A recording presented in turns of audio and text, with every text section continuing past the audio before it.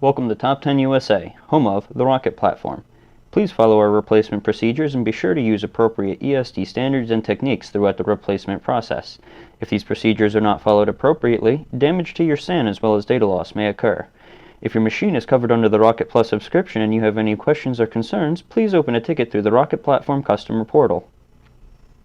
Your first step is to access the group manager of your Dell EqualLogic array. There are two methods to accessing your array. If you already know how to access the Dell EqualLogic Group Manager, please skip to 1 minute and 9 seconds.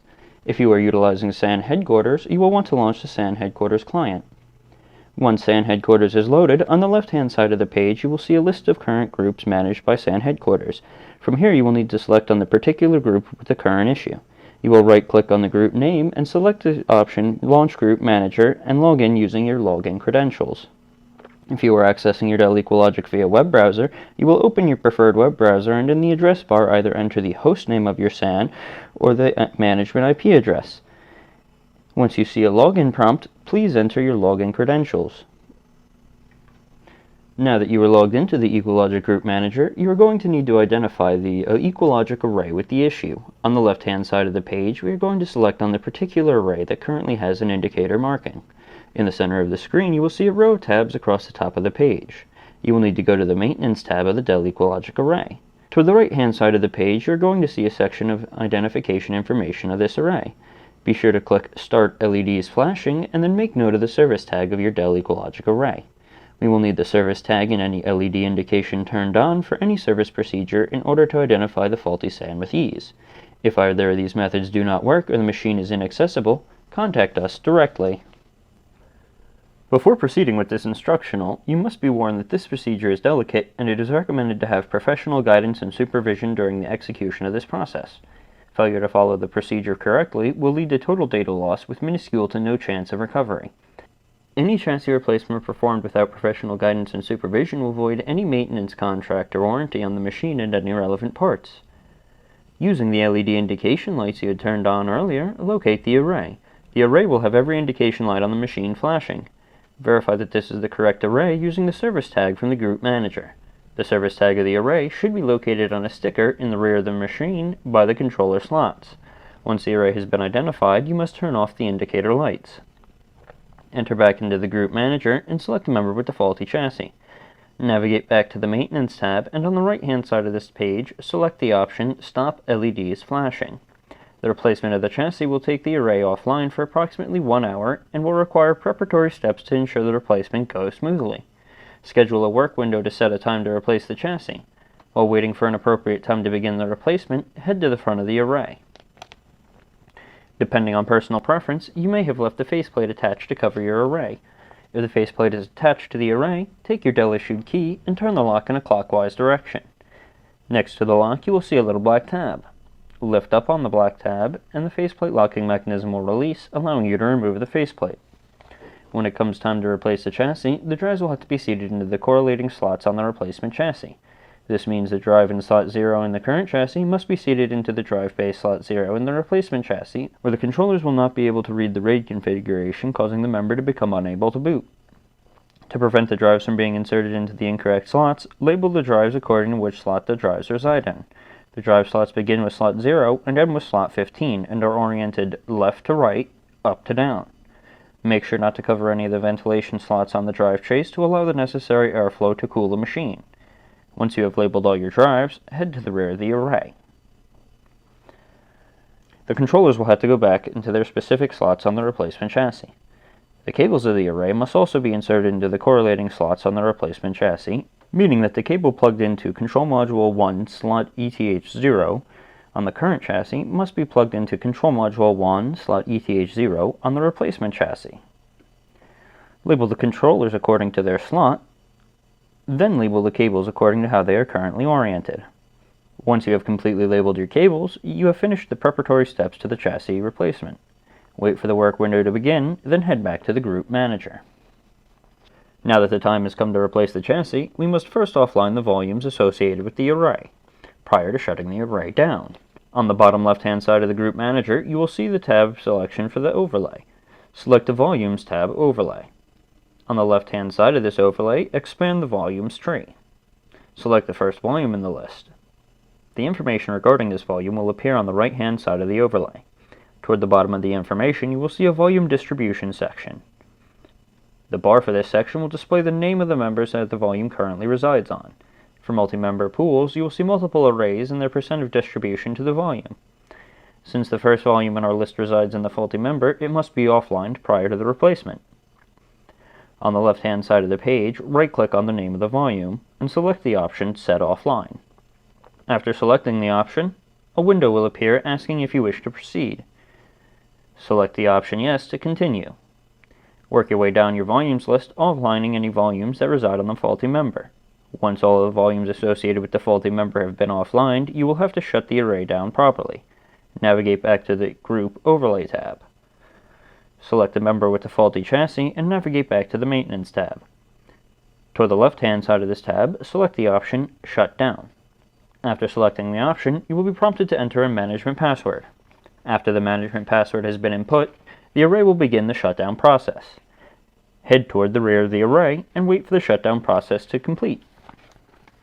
To confirm the shutdown process has completed, look at the indication lights on the control modules. The controllers will show only the green power lights and any relevant ERR lights when the array has completed the shutdown process.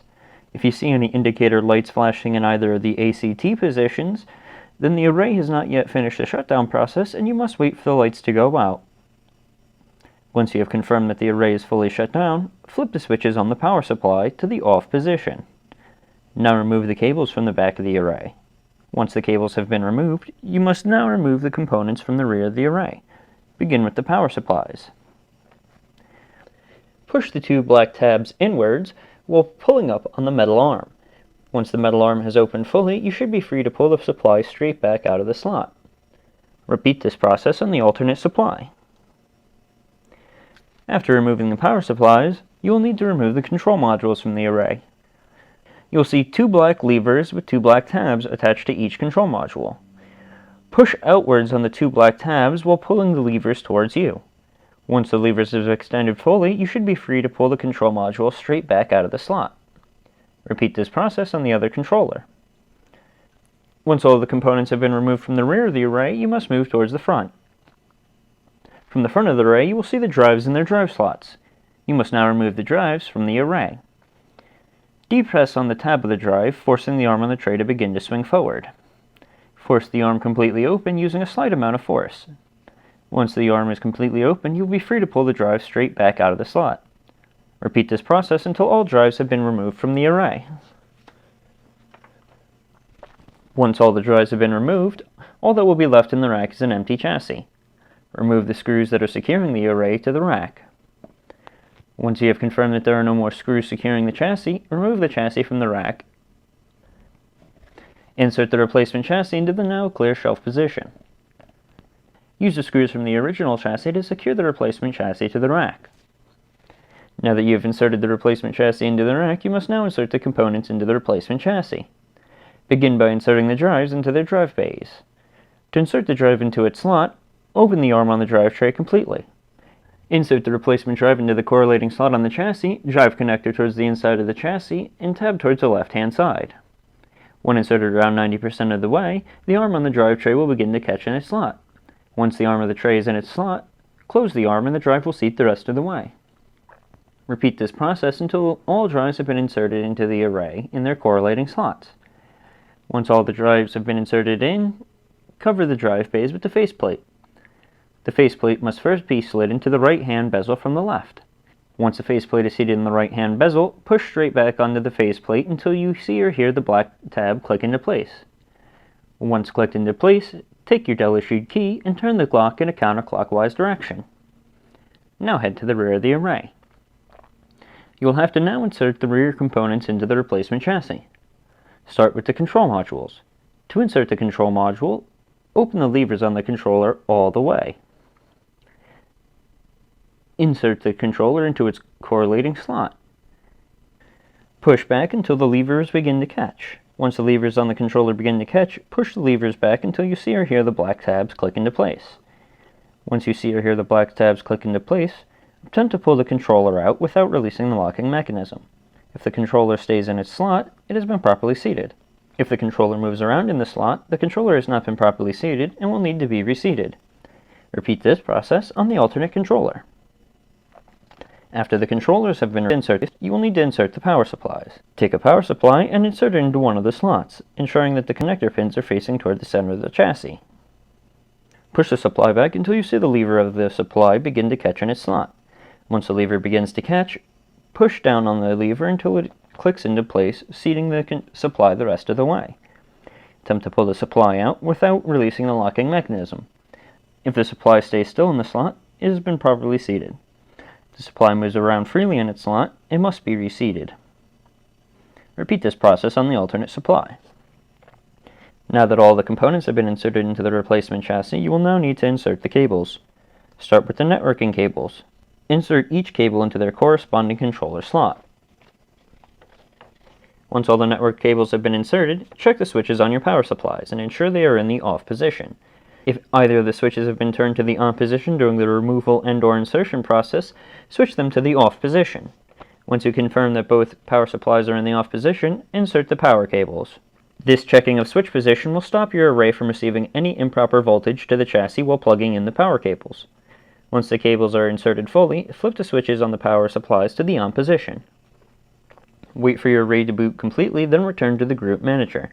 The array will take around 10 to 20 minutes before becoming accessible in the GUI. Now that you are back in the Group Manager, confirm that the array is now showing healthy. If the array is back to a healthy status, we will need to now then online the volumes that were previously offlined. Navigate back to the Volumes Overlay tab. Right-click on one of the offline volumes and select the option Set Online. Repeat this process till all the offline volumes have been turned back online. If the issues fail to clear or any other issues arise, please contact us directly. Thank you for choosing the Rocket Platform, the evolution of hardware maintenance. Thanks for watching.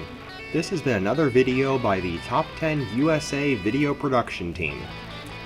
We look forward to sharing more content with you going forward, so please check out our YouTube channel and please subscribe so that you get notified whenever we release a new piece of content.